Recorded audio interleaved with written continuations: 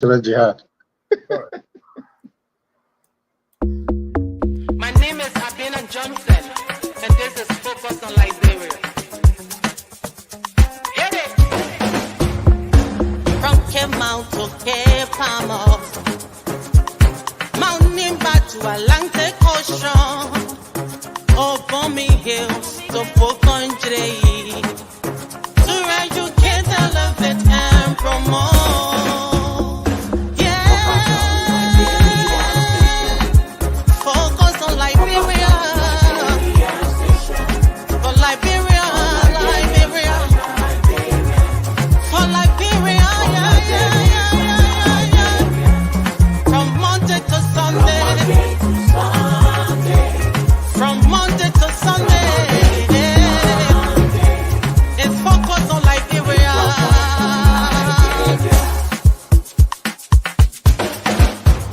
Talk about home affairs, in diaspora, current affairs, reliable information, history, talking about culture, politics, education, entertainment. Hello, ladies and gentlemen, and welcome to this exciting edition of Hello Pastor. Tonight we are talking to Imam Jeneka Mohammed Turay, and we're going to be discussing some hot topics in Islam. There are a lot of issues, some issues in Islam that are debated highly. They are hotly debated. So we're going to start a series to discuss each of those topics. Tonight is the introduction. We want to talk about topics like Sharia law. Sharia, what is that? Jihad, human rights, women's rights, the Quran and the Hadith. We talk about secularism and Islamism, right? We're going to talk about things like culture versus religious doctrine. So there are a lot of hotly debated issues in Islam that we want to tackle. Tonight is just a brief introduction, and we want to open the phone lines to allow you to ask the Imam any questions. We cannot deny that there are a lot of misconceptions, things that are misunderstood in many, many religions, and Islam is one of them. So tonight, ask your question. Be ready to ask the Imam any question when it comes to the faith. He wants to clear out some of these misconceptions. Let me welcome joining us from Canada, the political Imam Jeneka Mohammed Turay. Welcome, sir. Thank you very much, Anish. And each time I'm called that day, the political imam, it really tickles me. Thank you. It's a pleasure to be with you. I understand why they call you that, right? Because a lot of time, conservative pastors and imams, they shy away from discussing politics. But for Imam Turay, politics are his bread and butter. So we are very happy to have you. Thank you so much for allowing us, giving us some time here during the holy month to discuss with us. Last week, people called me and said, "Oh, bring the Imam back. We have more questions." I said, "Okay, I'll ask him." I'm glad you're here. Yeah, it's a pleasure. Pleasure is all mine to always be with you, to contribute my own culture to my faith and my fellow Liberians, and even not Liberians on the globe. What I'm doing, I consider it to be a jihad as well, even though we've not reached the discussion of jihad. So it's a pleasure. Thank you. We want to welcome all our viewers from across the globe. At Focus on Liberia, we try to do the best we can to promote diversity. And we have pastors sometimes come here. Now we have the Imam. And after the Imam, we're going to bring on the traditional and inherent to traditional African beliefs to be able to talk about these things as well. So we'll do our best as the premier balanced, multifaceted platform to bring you this. So, Imam Turay, the reason I want us to discuss this, there are a lot of hotly debated topics in Islam. You will agree with me?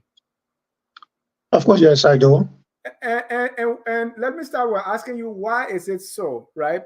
Is it that because there are different groups in Islam who believe these things and they are carrying them out that way, or that the information is not getting out or we just being, or is the media trying to kind of mislead us?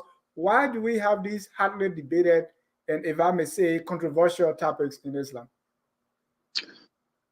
Bismillahir Rahmanir Rahim.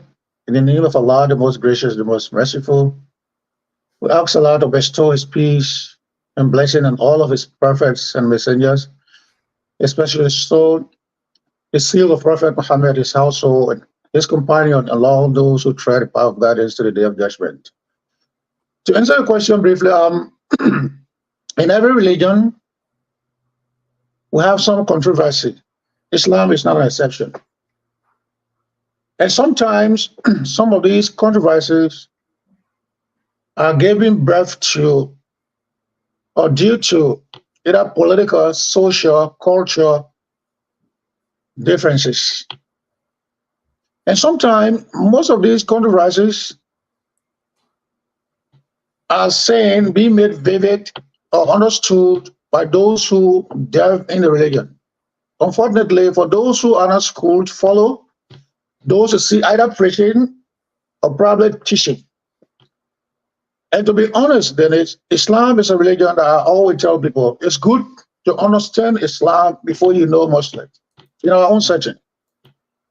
Sometimes you will see a Muslim, if you want to really understand that person and know them to be a Muslim, when you get to understand the religion of Islam, you have, what's going on? Right? What's going on? I told this brother or this sister or this guy he was a Muslim. But I've studied for this time, and this is what Islam says. So these are some of the factors that really brought these these problems or controversies in religion, especially Islam. I want to understand that a little more. You mean that there are people, Muslim people who are not living the lifestyle of a Muslim, and that's why people are misunderstanding? It's not a Muslim. In every religion you find that. In Christianity it's there, in Judaism it's there, in everywhere. People will be into the religion, right, and they are not prepared to live with the rules and regulations, the do's and don'ts, the norms and ethics of that religion.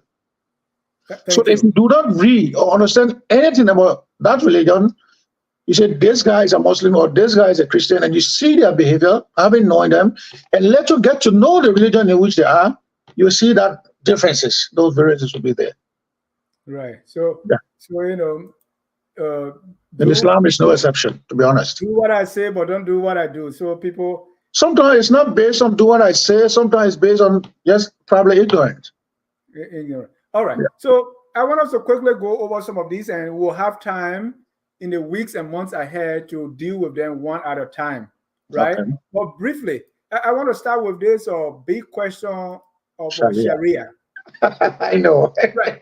Yeah, Sharia law, because the way it is interpreted or is being perceived is that, hey, you know, anyway, let me withhold that. What is this? What is Sharia law? What is Sharia?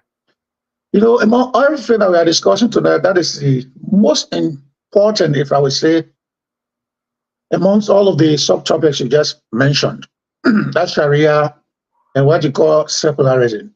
Sharia is an Arabic word. Shara, meaning legislation. That's what? Legislation. Okay. If you look at the definition, like the Islamic or the Arabic context, they will say ahkam or qawanun or qawanin صدر من الله في تنظيم حياة الإنسان. Laws, rules, and regulations that come or came from Allah, from the Lord, from God, to put human life into the proper perspective. That's the Sharia. That's the definition of Sharia right there for you in Arabic. A code of living that all Muslims should hold on to adhere to, whether it is praying, whether it is fasting. And the aim of it is to help Muslims understand how they should lead every aspect of their lives. That's what they call Sharia. Right. According to God's wishes. And the source of that laws in Islam is what we call Al-Quran, the Quran. And who should enforce this Sharia? And does the Sharia call for people to be killed or their limbs cut off when they do certain things? The Sharia, as I mentioned, is a code of conduct, a code of law. You know, sometimes not only non-Muslims, Even amongst the Muslim, when you talk about Sharia, some will even say rely on Nigerian law. People feel Sharia is different from Islam, something out of Islam. Okay. And as I gave you the definition, those laws that we have to adhere to put our life in the proper perspective. Sometimes we don't look at the positives. It's rather the negatives we looked at. Let us leave Sharia out, Dennis. Let us see our lives. You are in the US, and I'm now in Canada. If you are a driver, driving and reach under the red light, what is your responsibility? Or reach the stop sign, what is your responsibility? Imam, I think it's the enforcement that people really You have to stop. Meaning, no, that's not only the enforcement. We look at the enforcement aspect. Something has to happen before the law is enforced. Exactly. Now, if we humans can put stop signs in traffic and red light sign, how to merge on the highway, these are ways and laws how to do things. And if we do it, we'll be saved from accident, right? Correct, yeah. We'll be saved probably from death. Now, on the other hand, our refusal to stop by the stop sign or to the stop sign, our refusal to adhere to the red light, if the light is red and we don't stop and pass, what happens? Either the camera is going to book us, or if there's a police person, they're going to pull all over and give us ticket. That is what Sharia is. Right. Now, our human laws, the police are there, here and there to enforce it, right? So Sharia, as a law that's supposed to put our lives into real perspective, to live the way God says according to Islam, is what they call Sharia. Now, if we should go against it and having to be in an entire Islamic community, a state, you have people that will be clothed with this authority, those that have the knowledge of jurisprudence, and they are given as jurists, who actually gave us a punishment. Like if you have accident, they gave you a ticket, you have to go to court sometimes, right? Then when you go to for the accident ticket, we also have it in Sharia. If something happens and you are caught red-handed, for example, then of course the jury will give you the verdict. Right. And what are some of these verdicts? Are these verdicts include killing somebody, cutting off their limbs, cutting off their tongue? Based on the crime committed. Give me an example of. Now let's say, for example, both the Bible and the Quran agreed that if you commit adultery, you should be stoned to death, even though the Christians are saying it some way, somehow, days of grace and stuff, but let's not enter into it. Yeah. Now, if you had to commit adultery and you have to be stoned in the Sharia country, in a dominated Islamic country that lives by the Sharia, then of course the one court of authority is going to carry on the exercise. If you steal based on what, of course, if you steal based on what you stole, the value of it can determine how to do the amputation. So it can, if you kill someone, it actually says that you should, when you steal, they should cut your head. Oh. If you kill someone willingly, deliberately, the law says you should be killed. Except where, if you do it accidentally, you have to pay a blood price to the family, and the family has to forgive you, and you have to fast 2 months and so on and so on. So these laws are there to put our lives the way God wants us to live. It's not what the Westerners think about. It's not what some of the Muslims don't understand. As soon as they say Sharia, it's a Sharia business. But Sharia allows to put our lives into the right perspective, the way God wants us to live. And if we live with them, really, like if we adhere to the rules of the red light or the stop sign or how to merge on the I-95 or 401 or so, it will save us the same as the Sharia. Thank you. And that leads me to the secularism, right? So where should this be enforced? Is it every country that is, or the entire country that is covered by the Sharia, or is it for only Muslim, or if the religion, the state religion is Muslim, where and how? If the state religion is Islam, it can be enforced. If the country is living by it, it has to be enforced. Yeah. Now, let us go back and consult the Quran. Sometimes we say something, you see, somebody wants to know, is this in the Quran? Let me look, right? Even amongst Muslims, we do it nowadays. If you look in Surah Al-Jathiyah, Surah 45, verse 18, Allah subhanahu wa ta'ala talked to the Holy Prophet Muhammad directly about Sharia. You said ثُمَّ جَعَلْنَاكَ عَلَى الشَّرِيعَةِ مِنَ الْأَمْرِ فَاتَّبِعْهَا وَلَا تَتَّبِعْ أَهْوَاءَ الَّذِينَ لَا يَعْلَمُونَ. Indeed, O Muhammad, we're giving you a law, or those laws called Sharia. So follow it and do not follow the vain will of the people. Meaning you have law to live by. Do this and don't do this. You have it. You cannot leave it. What's the And reference live. again? Surah 45? Surah 45, verse 18. 18, okay. Surah 45, because we want our listeners to check this out. Yeah, let them check it out. Since we are going over these things briefly, so then let's talk about jihad. Jihad is the synonym for jihad, is holy war. Jihad came from 3-letter words. Jahada, meaning to struggle, to strive, to make effort. Okay. And those struggle, strive, and making effort, it stops with our ourselves. Unfortunately, when they talk about jihad, whether the Muslim or non-Muslim, everyone considers it to be just holy war and killing. No. Jihad starts from our very selves. Mm-hmm. And how do we start with ourselves? Start to fight our inner desires. Those inner desire or even outer desire that are not in conformity with the religion, with the law of Sharia. Let's say lying, stealing, committing of adultery, fornication, and every other thing, cheating, lying, being disobedient to your parents. These are all things that the Islamic law called Sharia in Arabic does not allow us Muslim, as God-fearing people, to live by. So now, if I'm a Muslim, I need to fight myself to make sure that those efforts I make on myself to stop doing them. Yeah. And if I will stop to do them, then of course I'm making jihad against my very self first before someone else. In the New Testament, Paul said, "I beat my body and bring it under subjection." So is that inner Sharia? That's what they call jihad. I mean jihad. So yeah. Now, and they say the jihad, the strongest of all jihad is jihadul hawa, to struggle, to fight your desire, especially those desires that are in line with your faith. Right.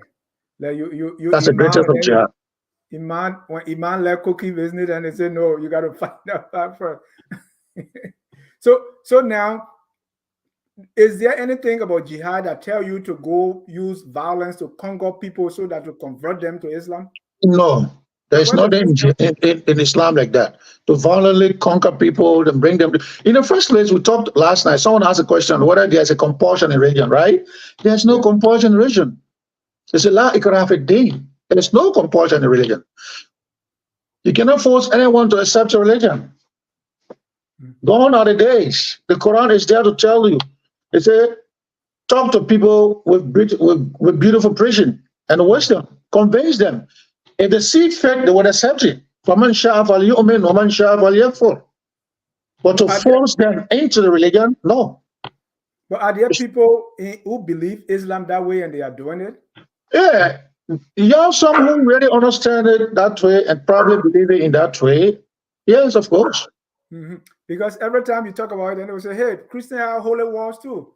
So because during those days where the war, jihad being considered as a war is just one aspect. If you look in the Holy Quran, there are 41 verses, 41 different verses in different chapters of the Quran that were revealed with respect to what we call jihad. Among which, the first one was Allah, in Surah Tawbah, Allah subhanahu wa ta'ala told the Prophet, when the Prophet Muhammad sallallahu alaihi wasallam and his companions and his followers were driven from Makkah. They ran away, left their wives, their children, their properties and stuff like that, and they went to Medina.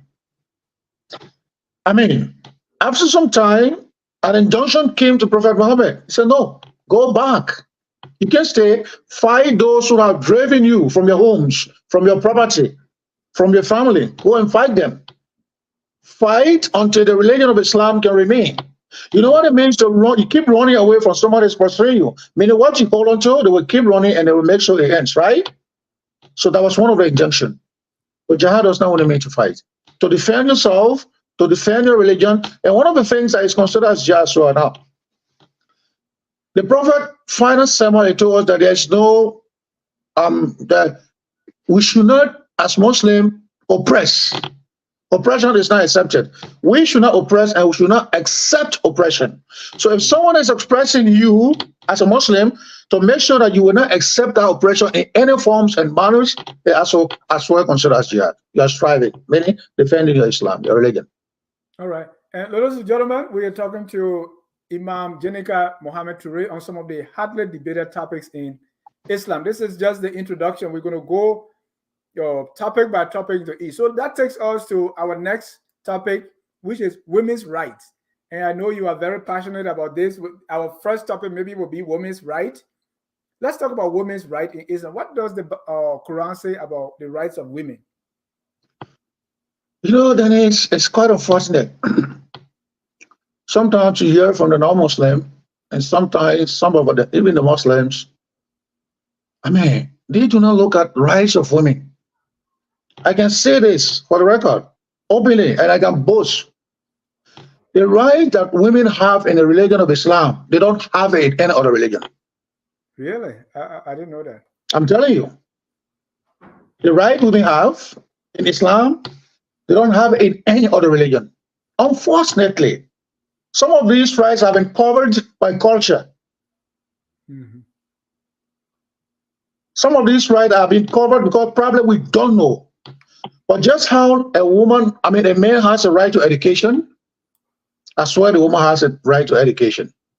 The Prophet gave us the impression and taught us that indeed Islam gave an open arm to education, seeking knowledge of your religion. It's one of the best things to do.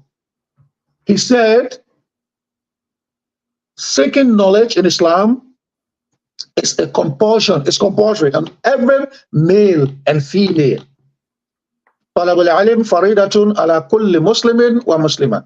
Seeking knowledge in Islam is compulsory, it's obligatory on every Muslim, male or female alike. You tell me, if women were not having right, like sometimes you see in some culture, don't even send girls to learn, right? Whether they religion, let alone secular. So from that aspect, they have rights. And let's come to worship. The Ramadan that you and I are fasting, the same way we are fasting, they fast the same way. The same hours we fast, they fast the same hour, except where? By divine establishment for certain time, when in your period, Allah told them stop. It can be for 3 days, 7 days, or 10 days, stop. And after that, continue to fast, you end, and you can make it up. The men are fasting. For us, we don't have it, right? But it is not our making, it's God's making. He knows why. That's two. The right of women in marriage is 50. You will not hear many imams saying this. They use a verse of Quran, Ar-Rajal Qawwamun ala Nisa. And they translate it, they say the men have, I don't want to say, indefinite power over women. That's not what Qawwam mean. Qawwamun mean you married a woman, you are her security, you are her protector bodily, not spiritually, it's sometimes spiritually, because God controls the life, right? You make sure that no harm reaches to the woman. It is your responsibility as a man. You feed her, house her, clothe her, right? Right. So these are all rights of women on us men in the religion of Islam. So Imam, if the woman is allowed to marry one man, but the man is allowed to marry more than one, let's say 5 women, I mean, what is that equal? No. You're getting something wrong. There's a difference between equality. Being equal under Allah's law. Remember, we define Sharia, right? Yeah. Those laws are emanated from God, not you and myself, not any other person, a scholar. They're from God so much directly that we have to labor to put our lives into a normal perspective. And amongst the laws, you talked about 5, the Quran talked about 4. Okay. In Surah An-Nisa, there's a chapter called the women. Allah says, you who believe, all you who believe, marry that which is good for you. He started with 2. He didn't start from 1, which has a different connotation, 3 or 4. But if you feel that you cannot be just among marrying 2, you will not be just among marrying 3, you will not be just marrying 4, then you can marry 1. So the condition, marrying more than 1 wife two things are factored. The first one is you have to be economically viable, you must be sexually potent, and you have to observe certain, I don't want to say equality, equity amongst the 2 or 3 wives. Right. So they say if you cannot be just. If you can be, you know within yourself. The Quran says, "But insan ala nafsihi basira." You know yourself and any other thing. If you know on a no condition that you will never be just in some good ways, then of course, then you can marry one. Meaning you would like one, maybe the younger one, you will love her more than the older one. Is that it? No, the Quran did not say that. No, The answer, the example of the Quran, they do not lay one side. Okay. Do not lay one side to the extent the one will be vulnerable and appear as if they don't have a husband. Right. Probably anyone who enters the house today will know indeed that this is the woman the man love. The Quran, the Islam said that we should not do that. So the Islam only gave that privilege to men, not women, to marry Yeah, more to than men. Yes. So when they say you who believe marry blah blah blah, he's only talking to men. Now No, there is no blah blah blah in the Quran. Marry that which is good for you. Two frees and foes. Right. But if you cannot be just marry one, men. it's only for men. In Islam, we don't practice polyandry. Okay. That takes us to the freedom of expression and blasphemy. You know, there are certain things you do or say in Islam that are considered blasphemy. Let's talk about that and how that you can compare that with the freedom of expression. Blasphemy in the context of Islam is everything that you will say as an insult to God Almighty and to the Holy Prophet. It's blasphemy. Examples. For example, to us in Islam, the Quran specifically told us, "Wala taqulu salasa," do not say Trinity. It's the greatest offense to Allah. He said the mentioning of that word troubles the heavens and earth, if not because of the mercy of Allah. So do not say it, you're Muslim. So any Muslim that will say God is one or three into one or associate partners of God, they are blasphemy. Definitely. Or you deliberately lie on the Prophet, your conscience, and you know it's not true what you're talking about him. People who are against Islam, they write books, right? Some make statements, they record video. Some make cartoons. So all of these are considered to be blasphemy. Right. Against the Prophet or Allah subhanahu wa ta'ala. Like you make a picture or video of the Prophet. You try to draw. I'm not hearing you. Really? Maybe somebody call you? I'm not seeing any call. You are very, very low. You just went low like that. It's not low. How is it? Is it better now? No.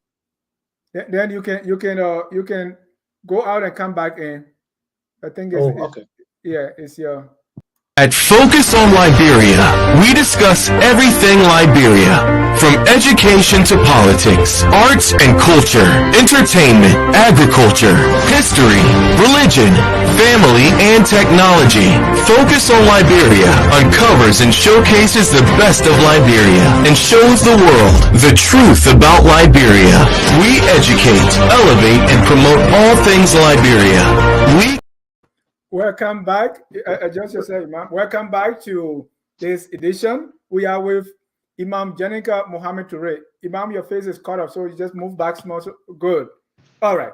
So, yeah, you were saying something. This is we're talking about now, or the blasphemy. Yeah. Yeah. Okay. We're gonna bring in our callers very soon because we want to give more time for calls. But let's talk about it. The last thing is the hadith and the Quran, right? What's the role of the hadith? Where really does it come from? Where does it fit? Does it complement the Quran? As I mentioned, the Quran is the source of our inspiration, the source of our laws. We call it a Sharia, right? Right. And the hadith has been categorized into three. What you saw the Prophet doing, what he did, or whether you see it or not, but it was reported and confirmed that he did it. What he said, whether you saw him or it was confirmed that he said it, and what he approved. In his midst, certain thing happened and he did not comment negative or positive, remain mute is considered. Now, hadith, actions, statements, and approval of the Holy Prophet is what we call hadith. But what really brings so much of controversy with the hadith, especially, is this. There was a war waged on Islam and Muslim. Now with sword, now with knife, or a brain war. People enter, Jews enter into the religion, language, they master the Arabic language, studied the language, the religion of Islam, and they started putting out some of these hadiths, the Israeliyat. Sometimes to avoid these happenings, to be on the safe side, the Prophet gave us a guideline. I quoted it last week, and I'm quoting all two today. I quoted one last week. The Prophet was alive, and he made a hadith, a statement. He said, "Lying has been what? Permanent with me. On me." People are just saying the Prophet can say, or the Prophet will say, or say. And he said, "Qad kathrat alayya al-kazib." The lying has been too much against me. فَمَنْ كَذَبَ عَلَيَّ مُتَعَمِدًا. Anyone who deliberately lie on me, فَلْيَتَبَوَّعْ مَقْعَدَهُ فِي نَارٍ. Should prepare for himself or herself a seat in hell. The last hadith he gave as a choose for you and I, for us Muslims to use the Quran and hadith. He said another hadith. He said that you Muslim will follow the statement of people that are Muslim like you. You will follow certain people blindly. You will follow the way of life of people after me, the Prophet said.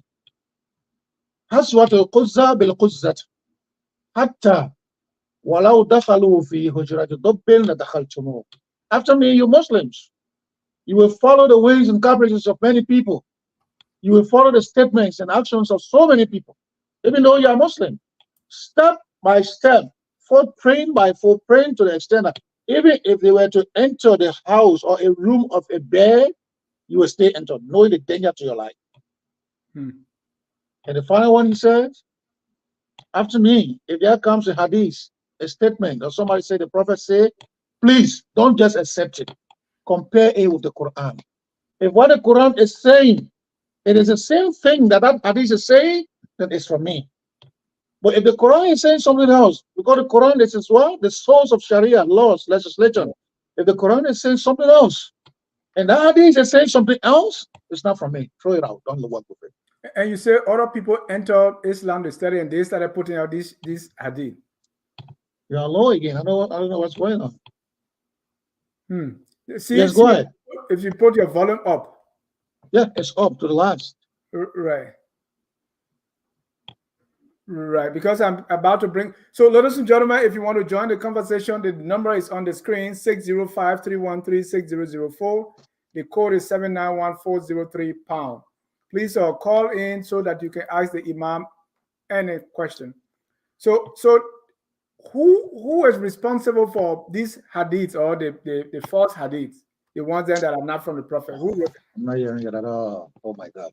Oh. I don't know. I'm not hearing it again, Janice. Yeah, let's do the same thing. You can go out and come back in. All right. We are discussing some of these hotly debated topics in Islam. We talk about Sharia, we talk about jihad, we talk about the hadith, the rights of women, secularism versus Islamism, and all. And so please get your questions ready as we open the phone line. Imam, I want you to, can you hear me now? Yeah, I'm hearing you loud and clear. Right. You said other people went into Islam and authored these hadith. They went with a fixed mind. Who did? History revealed that most of the Jews did. Okay. They enter into Islam, master the language of the Arabs, learn about Islam, and start infusing what is not in it. Right. So where can we identify those hadiths today? Oh, there are so many of them. And it is on the basis of that, before a hadith is considered, there are chains of conditions. There are chains of conditions that the hadith should fit in it before it's considered. And this is why you have strong hadith, weak hadith, Hassan, and strong rest of it. It's not considered. So many of the thousands and hundreds of thousands of them. And if you read it, the knowledge of hadith, and you do the history of men in Islam, you will get to identify some of these hadiths. You will know them. Because the narration, the chain of narration, from this person, this person, this person, this person said, they say, they said, the prophet say. So you have to look at the chain of narration and look at the history of these, the lives of these people as well. It's highly considered in hadith. All right. While we wait for callers, we have some. Okay, we have some questions here. Okay, we have our first caller. Caller, your name and where you're calling from. How you doing, Mr. Josh? Are you getting me? This is Elvis calling from Minnesota. Go ahead, Elvis. Yeah, I mean, this is a little show, and maybe we can't really go back and forth, but I have a couple of questions for the Imam. Okay. You know, when you say that if you speak against, you know, the Prophet Muhammad, you're blaspheming him. I want to understand, how can you blaspheme a man? You know, and maybe I can ask because I have a few questions. Maybe I can ask them in succession so you can answer, or you want to take it. Yeah. Go ahead. Ask the next one. Then the Quran said that Isa, as they refer to Jesus in the Quran, was sinless, and that in fact Jesus did not die on the cross. Allah made it seem like he died on the cross. He fooled the people and he took Jesus to heaven. So Jesus was sinless, he was holy. But then you're saying that the Prophet Muhammad is a holy prophet, but when we know that Muhammad committed sins in the Quran, even when he got married to his wife Khadijah, he made her father drunk and he married, and the father said he didn't approve the marriage. So the first thing Muhammad did was to, make his wife father drunk and marry her. He also took his adopted son's wife, and marry her. So there's a lot of sin that we know in the Quran that Muhammad committed, but Jesus was sinless. But you call Muhammad a holy prophet. How can he be holy? And I thought in the Quran, Allah said that he refrained from sending any miracles. And what prophecy did Prophet Muhammad prophesy that will categorize him as a prophet? And then the last thing, before I leave, why those non-believers who are living in Muslim-dominant countries have to pay the jizya? So if you get those questions, maybe you can answer. I have a lot more, but just for the sake of time, I'll ask those few questions. Yeah, thank you. I mean, this is just an introduction. You will have time. Imam, the first is, yeah, go ahead. The first one you talk about the blasphemy, right? If you got all the questions. Let's start from number one and go down. I don't want to start from that. Yeah, go ahead. Yeah, number one was. You say, why would we say in Islam that we blaspheme against Prophet Muhammad and he's not God, right? Right. Yeah, he's a human being. If the brother listen to me keenly, we say from the context of Islam, if you speak ill of God, meaning Allah, and the Holy Prophet, you're supposed to have blasphemy. There is no if and but about it. There is no if and but about it. That's clear. And I gave some examples, right? Mm-hmm. His next question was, according to him, in the Quran, I'm here to see that Quran, that the Prophet of Islam, Prophet Muhammad, made his in-law drunk, may God forgive him, and married Khadijah, according to him in the Quran. I want to see the verse. Okay. It's not true. It's baseless. It's a lie. I'm sorry to say that. It's a lie. A very big lie on Allah, first and foremost, and that of a prophet. So you are just blasphemed. You He has just blasphemed. It is not in any ayah or verses of the Quran that the father or whosoever that married Khadija to the Holy Prophet was made drunk before they got married. So many, they were out of their senses. And according to him, in the Quran. So Evans, where is that some of these reference? I just mentioned about hadiths, right? Right. You find these on some of these false hadiths that we just talked about. But to tell you that this is in the Quran is a big lie. Number 3, he said the Prophet Muhammad committed so many things. It's not holy, right? Right. If he is holy like Jesus Christ, what are his miracles? Sometimes to see a person living in this 21st century and asking for the miracle of the Holy Prophet, I feel sorry for them, to be honest. I'm sorry for the word. The greatest of all miracles of the Prophet, he has so many miracles. In the first place, God does not send any prophets without a miracle. That's the first thing. Let's establish that first. Whether Muhammad, Jesus, and the rest of them, Moses, Abraham, all of them have miracles. Now, the greatest of all miracles of the Holy Prophet is the Quran. You tell me. Prophet Muhammad was unlettered, right? Yeah. Islam told us when Angel Gabriel went to the cave to him, asked him read. Both the Bible and the Quran confirm that. He said, read. And he asked him, I'm unlettered, I can't read. So you tell me, there are stories in the Quran, 1,400 plus years that have been confirmed by even scientists. How could the Prophet have known these things happening or will happen? You look at the Big Bang Theory. You look at the inhuman development in the fetus of in the womb of the mother. You think about human psychology. So how would the Prophet have known these things? Being unlettered. So there are so many miracles of the Prophet.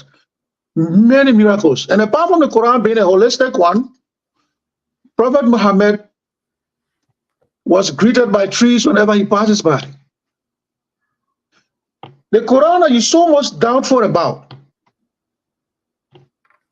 And that of the Holy Prophet, he said because Muhammad died, he didn't wake up, and Jesus died and resurrected. We have more information in the Quran about Jesus than you Christians. So much so that if you read it, it's making more Christians now, having really been brave to read the Quran, digest it, compare it, becoming Muslims. Now let's come to the next question. The Prophet married Zayd's wife, Zainab, after he was divorced. I mean, come on, man. From this onset, we told you, Dennis, that what we live by. Muhammad is saying his action was never his. The Quran defended that. He said, "Wama yantiqu anil hawa." He doesn't speak of his own desire. What he says or does is revelation from God. If you clearly follow the story, the historicity of Zayd bin Sabit and that of Zainab, who were divorced and Allah asked the Prophet to marry her, you will get a clear understanding. One thing we need to know, that is, so what our understanding as human beings, our understanding of things, the way we think it's supposed to be, and we think that this is the right way, is different from God. And that's what makes us Muslim. If you will look at it to be wrong against yourself, but it is what God wants, you have no choice. You have to do it. Yes. They want to say Islam is a total submission to what God wants, to his will, not human will, not human understanding. Right. Thank you. So what is the truth about that story? I have more colors here that I want to bring in. What's the, I'm not familiar with it. I want us to find a time. It's a deep history. Let's find time and go into it and discuss it. Thank you. Let me bring on Bendu. Bendu, you're live. Go ahead. Oh. How you doing, Prophet? How are you doing? Good. My question here got to do with the women right and the Shahara law, especially when that relates to adultery. Most of the time we see that when there is an adultery, the women are the one that are being stoned. So does this law apply to only women? And if it is a balanced law, is there anywhere in history that we see that men have been also stoned to death? Because adultery is a two-person thing. I mean, I don't know. I'm from a Muslim background. My parents, grandparents, and parents are all Muslim. But this has been a real fascinating question and issue, especially when it comes to stoning people caught in adultery. So if they, if Mohammed can make it clear to us, that would be a little bit helpful. Thank you, sir. Thank you, Beno. Thank you, Beno. The question you asked is clear. Sharia law is not applicable to only women and leaving men out, or men leaving women out. It's applicable everywhere. Once the offense has been committed, the foul has been played, and the law must be actually applied, it should be applied on both the male and female. Now take for the first one. In Islam, let me make it more clear. Is that what they are doing? The first offense is not considered adultery, right? The first time having sex without marriage is what Islam considers as fornication. Islam, the Quran said it should be 100 strokes, 100 lashes, both the male and the female. They say a fornicator and a fornicatress beat each of them 100 strokes. So they don't say leave the man and beat the woman. Right? Say both of them. First lead kullu wahid minhuma. But what they do is each of them 100 strokes. So the same is applied to the adultery. But what are they doing? Are there instances where they are stoning both the men and I want my sister to give an instance where the woman was stoned and the man was left free to go. No, you tell us, because you... No. I'm telling you that it's supposed to be. Yeah, it's supposed to be. But I haven't witnessed that this person committed fornication and the woman committed it and it beat just a man and left the woman, or vice versa. So the ones that you have seen, they have been doing it to both. That's what I want you to clarify. What I'm telling you is supposed to be done to both. If you have an incident that it was done to just one person, you let me know, then we can go to it. No, you let me know that what you have seen and what you have witnessed and heard as a Muslim is like anytime it happened, both have been stoned to death or both have been given. I have not followed the stoning to death in line to say this happened in this country and this was done. This happened in this country. Well, I'm telling you, the law says it's to be applied to the both parties, not one person. Thank you. So even if we can find an instance that it was done to one person, probably there was a cause and that's a mistake. Let me just say that openly. Let me bring on the next caller. Caller with 226 area code, your name and where you're calling from.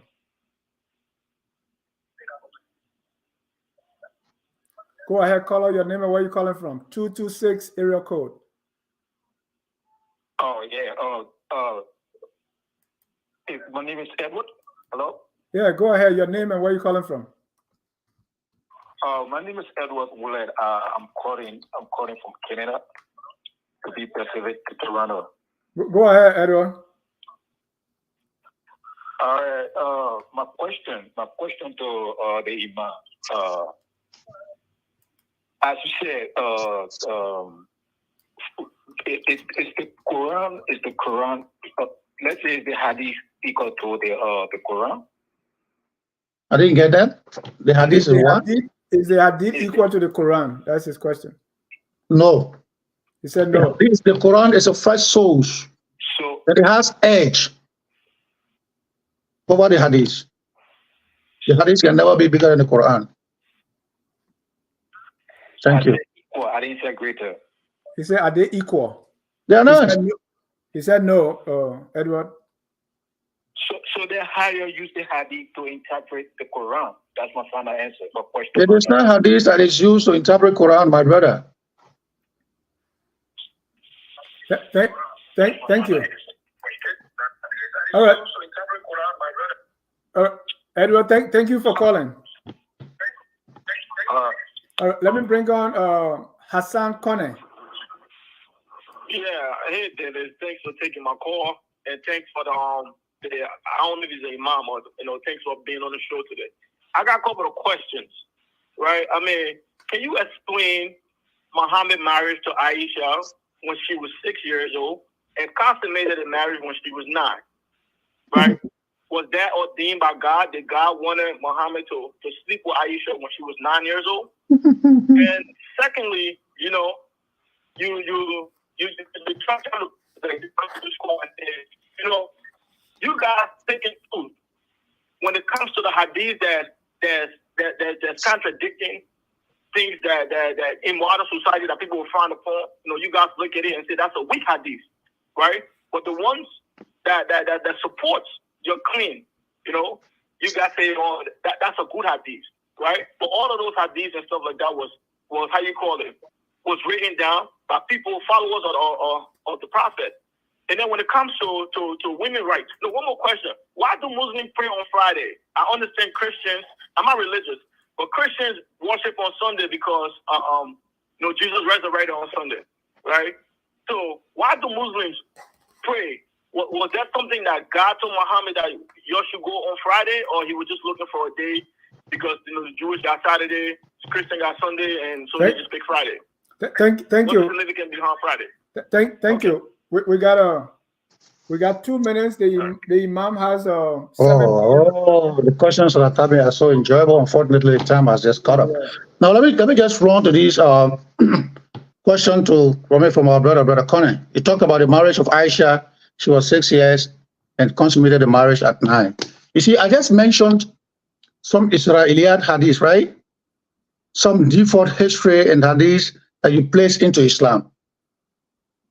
With respect to this age, now let's go back to Islam. What Sharia says about a woman being matured and can be allowed to get married, and when can we consummate the marriage? At the age of 9, that's one of the factors. The woman is considered a baligh. At the age of 12, based on their localities, the kind of food they eat is as well considered. For men, it's from 12 to age 15. Now, he asked a question, Aisha marriage and that of, with the Holy Prophet or the Holy Prophet's marriage to Aisha, was it order from God? I said it clear, the Quran testified that Wama yantiku anil hawa. The Prophet does not speak or does anything with his own personal desire. What he says, what he did was all inspired by God, were all command from God. Then number 2, he said that whenever a hadith is in our favor, we'll say it's strong. Whenever it's not in our favor, we'll say it's weak. That's not the case, Mr. Connie. You need to really find out. There are so many hadiths, if you look at it, the guidelines the Prophet gave us, it's far from it. Very, very far. Let me just give you one instance. The hadith is popularly recorded in Bukhari by one of the most famous in the 6 Sahih books. They call it Abu Huraira, the father of cat. He reported hadith about selling onion. This guy used to sell onion. His onion was not bought on the market day. And because he knew whatsoever he said at hadith, the people would follow it. They said, no, this man saw the Prophet or he believed in black. So the man went to him, my man, this is my business. I want you to do something so whenever the next week I take this business to the market, I want people to buy it. And he made a hadith that's now written. He says, Sami'tu bihatayya usnatay. I hear with my 2 ears. Of course, you can't hear with your nose. That the Prophet said, Man akala basala bakka dakhala al-jannah bighayri hisab. He said, I hear with my 2 ears that the Prophet himself said, anyone who eat onion from Bakka, that was the old name of Makkah, it's even in the Bible. Anyone who eat onions that come from Makkah will enter paradise without any account. Does that make sense? And in no time, that onion was bought by everyone. So that hadith, like many thousands and hundreds of thousands of hadith, we find it among now missed. So it's not because this is week we consider it in our favor, it's wrong, no. Then the final one. Friday we asked about the Friday prayer. Christians praise on Sunday, and because Jesus resurrected, that's another topic, we can't go into it. Why should Muslims pray on Friday? In our Islamic history, so many good things happen on Friday. So many good things. Friday is our congregation day, a larger one, which just gave us a hint of the day of Arafah. And the day of Arafah gave us a hint on the day of judgment. Friday is our sacred day. It was made special by God himself, not you and myself. I'm sorry the time have cut us, and inshallah, come next Sunday, we'll continue.